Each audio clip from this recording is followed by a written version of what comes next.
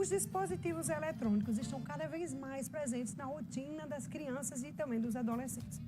Embora esses aparelhos eles ofereçam aí ferramentas de aprendizado e entretenimento. O uso excessivo de telas pode, sim, levar ao burnout. Isso mesmo, burnout não é só para adulto, mas infantil, que é esse o assunto que a gente vai falar hoje. Um estado de esgotamento físico, emocional e mental, similar ao observado em adultos. E para nos ajudar a entender um pouquinho desse fenômeno, eu recebo aqui a nossa neuropsicopedagoga, a Jussiele Araújo. Ela que está aqui junto comigo. Tudo bom, Jussiele? Seja bem-vinda, maravilhosa. Tudo bom? Boa tarde. Boa tarde. Ju, me fala uma coisa, como o uso excessivo de telas, né, elas podem também contribuir para esse quadro de burnout, né, nas crianças. A gente sabe que é um quadro mais voltado para adulto, mas agora para mim é novidade também nas crianças, né? Explica pra gente. O uso excessivo das telas, elas está trazendo isso para o mundo infantil também. Esse estado de cansaço, de fadiga, de estresse mental e desregulação emocional. E o que está trazendo isso também é o uso excessivo das telas. Por quê?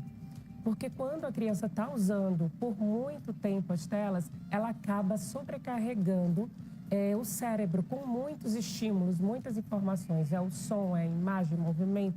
Então, tudo isso vem num ritmo muito rápido e sobrecarrega o processamento. O cérebro ele não consegue processar todas aquelas informações de forma saudável. E aí, o que acontece?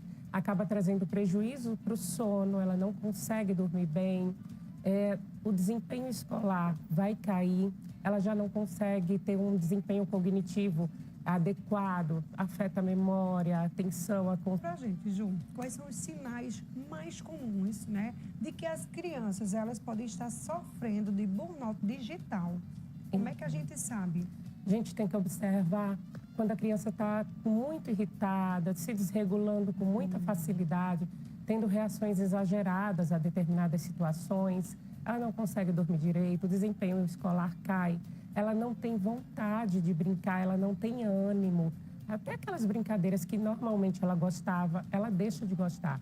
Atividades que ela gostava de fazer, ela para de querer, de ter ânimo, de ter, vamos dizer, vontade mesmo para fazer o que ela gosta. E quer ficar só na tela. Você tem dificuldade de dizer para e ela quer continuar. É uma situação bem complicada, mas que precisa ser observada. Bora lá, temos muitos papais responsáveis também que ficam aí, né, com as crianças. Tem avós, né, que também ficam com as crianças para os pais trabalharem.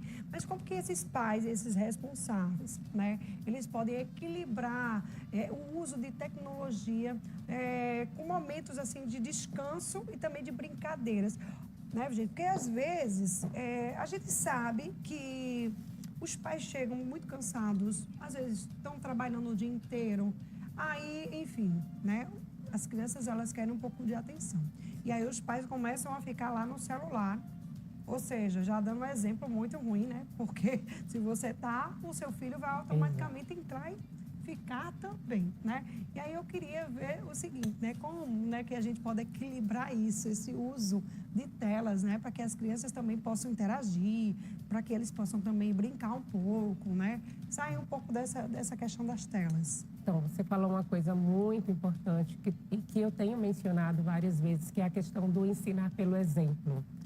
Nada ensina de forma mais eficiente do que o exemplo. Então, a gente sabe que é um prejuízo não só para a criança, mas para o adulto. E para a criança ainda mais, porque está com aquele cérebro em desincentivar a atividade física, incentivar que ele brinque com outras crianças, incentivar brincadeiras ao ar livre, jogos de tabuleiro e deixar no ócio também, porque a criança precisa aprender a lidar com esse ócio, com esse momento de não fazer nada. Então, tudo isso faz parte da construção de uma criança mais saudável. Exato, né? Pega seu filho, vai assistir um filme também, que eu acho que é legal, em família. Vamos assistir um filme, faz uma pipoca, coloca lá, sei lá, um filme que ele quiser assistir e assiste, que é muito legal também, né? Agora, é possível, assim, reverter os efeitos desse burnout infantil? Tem como reverter? Quais são as estratégias? Como como você pode nos ajudar, né? E o que você indicaria para que a gente pudesse melhorar? Primeiro ponto é você controlar o tempo de tela, mas assim, de forma progressiva, não fazer assim, por exemplo, a criança passa 4 horas por dia, 5 horas, já veio passar até 8. E aí a gente vai reduzindo isso de forma regressiva, assim, é gradativa, e vai melhorando também a questão do horário do sono. O horário de usar a tela precisa ser distante do horário que vai dormir, para não prejudicar aquele sono.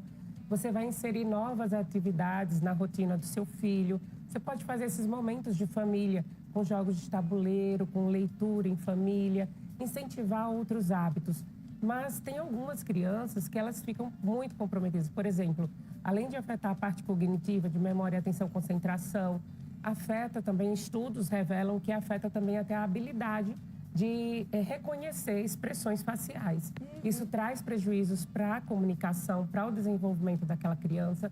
Então, a gente precisa, em alguns casos, procurar ajuda profissional, sim, certo? Então, além de você incentivar bons hábitos, mudar a rotina da criança, fazer uma rotina consistente, às vezes precisa, dependendo do grau, de uma ajuda profissional também. Mara, especialistas, qual o tempo máximo que a gente tem que deixar as crianças com essas telinhas? Então, você tem que considerar que tela também é TV, também é celular, também é o tablet, é um videogame. E aí a gente precisa considerar todos esses para poder limitar. Até os 2 anos de idade, nenhuma tela. A tela não é uma opção, certo? Então a gente vai evitar a todo custo. De 2 até 5 anos, mais ou menos, 1 hora, até 6 anos, 2 horas no máximo. E entre... Dando um espacinho de tempo. Exato. Né? 1 hora, 2 horas no máximo mesmo, e considerando todos esses estímulos. Não é 2 horas no celular, depois 2 horas no game, não. São 2 horas do total. E depois dos 10 anos, você pode deixar lá as 2 horas, mas não ultrapassa isso, considera isso. Outra coisa também que é muito legal, a tecnologia é muito bacana e tem ajudado muito ao desenvolvimento escolar, acadêmico. Só que a forma como ela é usada sem a supervisão é o que está trazendo prejuízos muito significativos. E quando ela está sendo usada na escola, com uma orientação pedagógica, ela além de ter uma orientação do adulto, seja professor ou pai, ela também de monitorar o uso da melhor forma. Criança, gente, o bebê ficava assim, ó, de tanto que ele estava no celular, mas ele não tinha celular nenhum na mão. Só que ele ficava assim, ó, na mão mesmo, como se ele estivesse passando, sabe, as coisas do celular. É um vício. Minha gente, um bebê. Então tem que ter muito cuidado, né? Porque além do burnout, né, em crianças, né, também existe outras síndromes, outras coisas, né, que as crianças podem estar desenvolvendo, tá? Então tem que ter muito cuidado. Quero aqui agradecer a você, minha amiga, papai, mamãe, alguma dica, alguma informação a mais que você queira deixar pra gente. Gente, muitas vezes os pais se culpam, se cobram bastante, se sentem na obrigação de estar oferecendo atividades o tempo inteiro para os filhos. Isso não é necessário, ele precisa daquela brincadeira que, sabe, do faz de conta, que ele vai lá para o cantinho dele, faz a brincadeira dele, inventa histórias com os brinquedos. Isso é muito saudável e muito importante para esse desenvolvimento. Então, a gente precisa deixar com que ele fique lá no canto do exemplo. Adota rotinas saudáveis, porque ele vai observar e ele vai replicar o teu comportamento também. É isso aí, minha gente. Então, brincar, atividades extras, né? Tem muitas atividades que você pode estar fazendo em casa. Tá brincando com jogos de tabuleiro, vai brincar de se esconder em casa, né? Não, hoje o Caio me pegou, fez uma pegadinha, né? Eu estava no quarto, só que eu estava, né? Cheguei lá no quarto, ele entrou lá no meu quarto, no banheiro. E aí ele deu descarga no banheiro. Gente, eu fui lá, ele se escondeu. Aí eu cheguei lá e disse, uai, eu fiquei até com medo. Disse, pronto, tem assombração aqui em casa. Eu não vi o menino, depois ele saiu morrendo de rir. Ou seja, isso é uma coisa assim que é uma brincadeira, é saudável, mas é muito legal. Obrigada, minha amiga. Vou ficando por aqui, tenha uma tarde maravilhosa e até amanhã, se ele permitir, ó, estarei aqui a partir das 14. Um beijo. Tchau.